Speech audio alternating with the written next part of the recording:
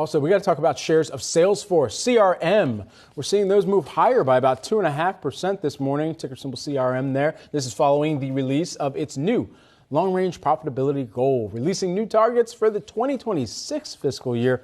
Our very own Brian Sozzi had the chance to sit down with the Salesforce Co-CEO Bret Taylor yesterday on the company's focus in driving profits. Let's take a listen. Our acquisitions have helped shape who we are as a company today. So M&A was a part of our past. M&A will definitely be part of our future. But as you said, our focus right now is profitable growth.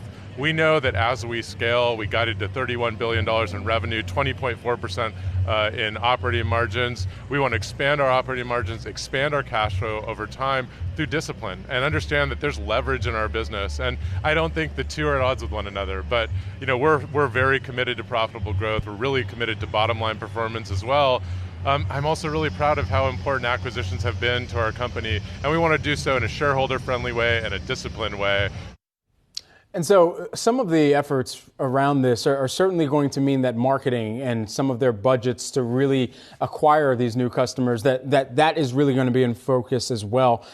Sales and marketing particularly, that was about 44%, took up roughly 44% of their revenue, or accounted for roughly 44% of their revenue in this most recent quarter. And I think going forward from here, we've seen companies already start to pull back more broadly on their marketing spend. It's a question of how long they're comfortable actually deterring the levels of spend for some of the customer acquisition as compared to previous years, knowing that in this interim period of time, that's just going to be an effort for cost restructuring or cost savings, if you will, that they're looking, that not just Salesforce, but many brands are looking across to try and increase their, or at least maintain some of their margins too. Yeah, it's an interesting strategy to say, look out a little bit further, because right now things, I mean, they did, and I don't know that they explicitly said right now it's not so great, but if they're focusing on the longer term, maybe that's the implication. I'm looking at some of the analyst views on all of this morning, and they're pretty, by and large, positive here.